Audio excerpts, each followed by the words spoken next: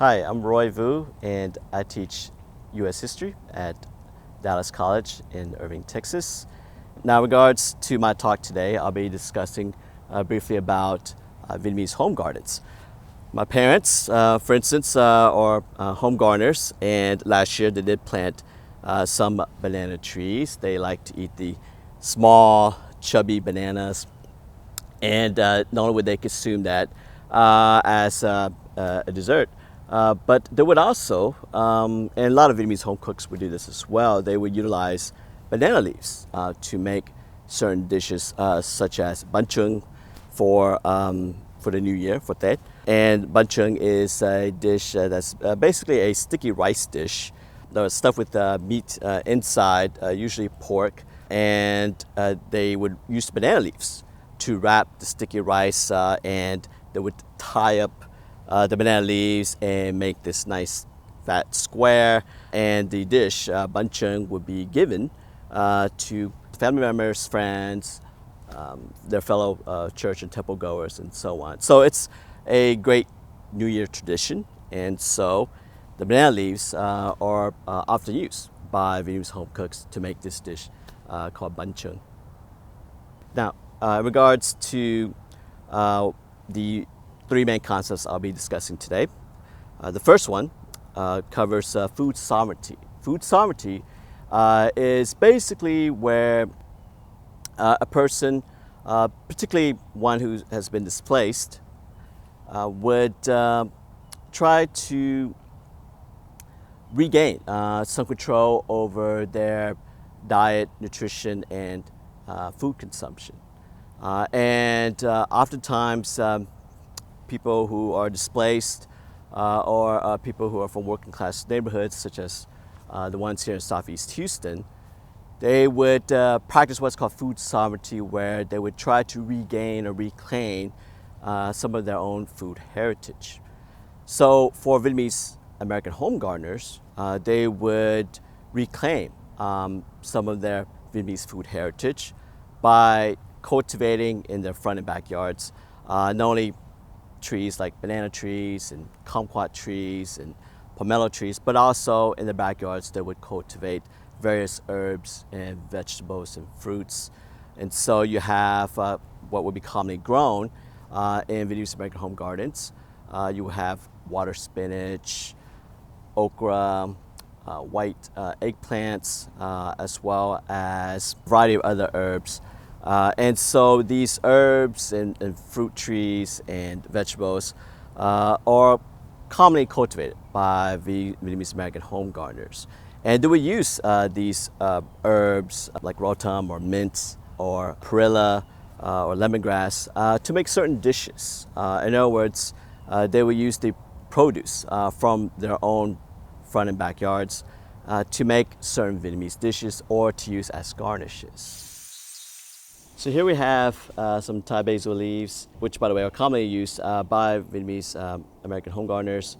They would use the Thai basil leaves as garnish for dishes like pho. One person I interviewed, she stated that whenever she consumes herbs like basil, herbs that she cultivated from home garden, it reminds her of Vietnam. She rephrased it as putting Vietnamese spirit into my mouth. And so you have, in other words, for Vietnamese American home gardeners, the touching, the smelling, and the tasting of herbs like basil leaves here help them remind them of their homeland of Vietnam.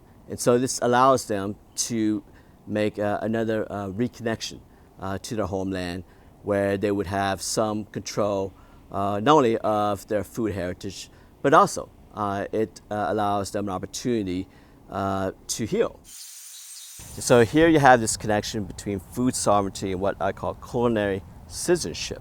Okay, so in regards to being able to having some reclamation or being able to regain some of their food sovereignty and have some control over their diet, nutrition, and food consumption, which, by the way, such foodways are organic and accessible and affordable, right, for Vietnamese American home gardeners, many of whom arrive here in the United States as refugees.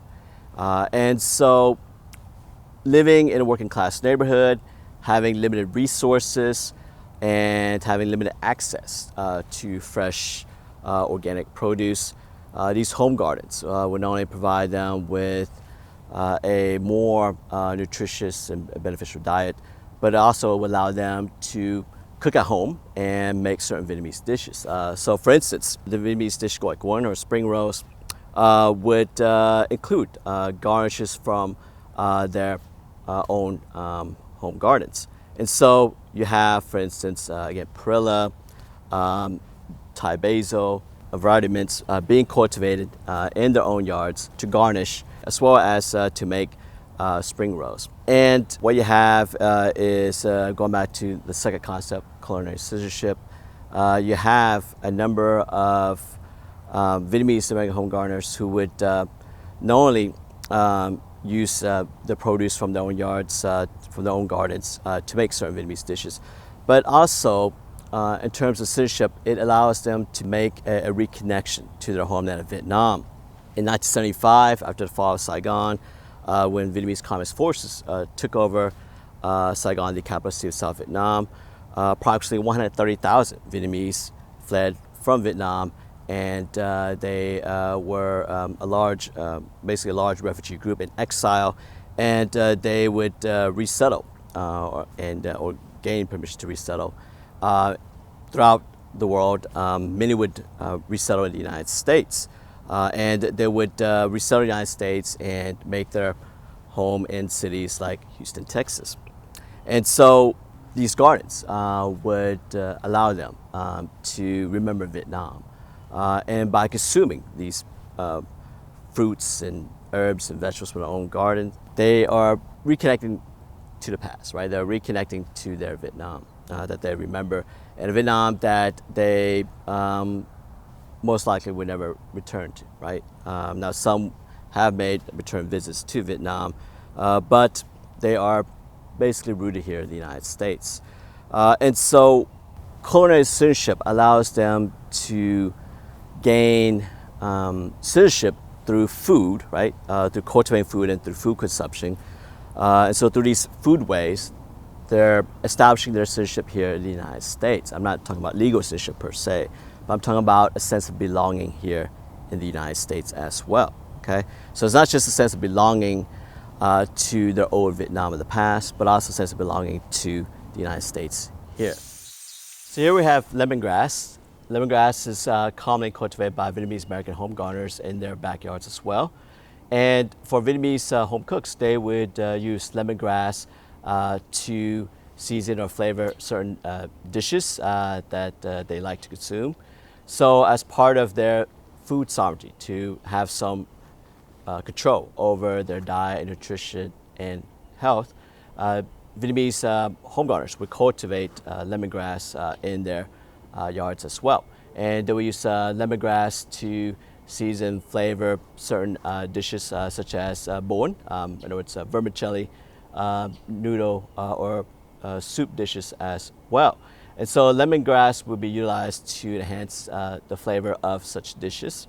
It allows them to establish Homeland Duality, where they could not only survive and make a living here in the United States and be rooted in the United States, but also these gardens allow them an opportunity to remember the past or remember their old homeland of Vietnam. So they're establishing a Homeland Duality.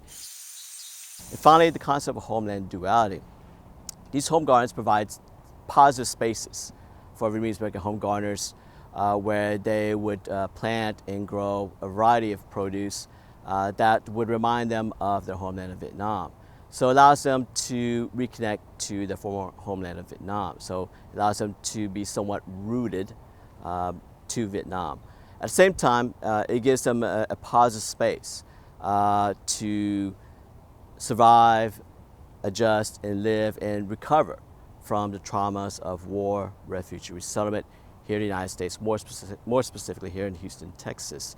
And so these gardens allow them to therefore root themselves here in the United States and establish their own homeland here in the US. So hence they have this homeland duality of Vietnam and the United States, where they embrace both countries, both homelands. In regards to the history of the United States, refugees and immigrants were not necessarily welcome here in the United States.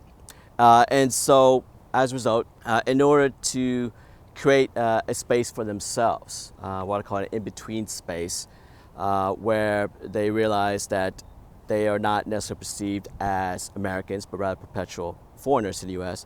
And if they go back to Vietnam, they're not perceived as Vietnamese by the Vietnamese people of Vietnam.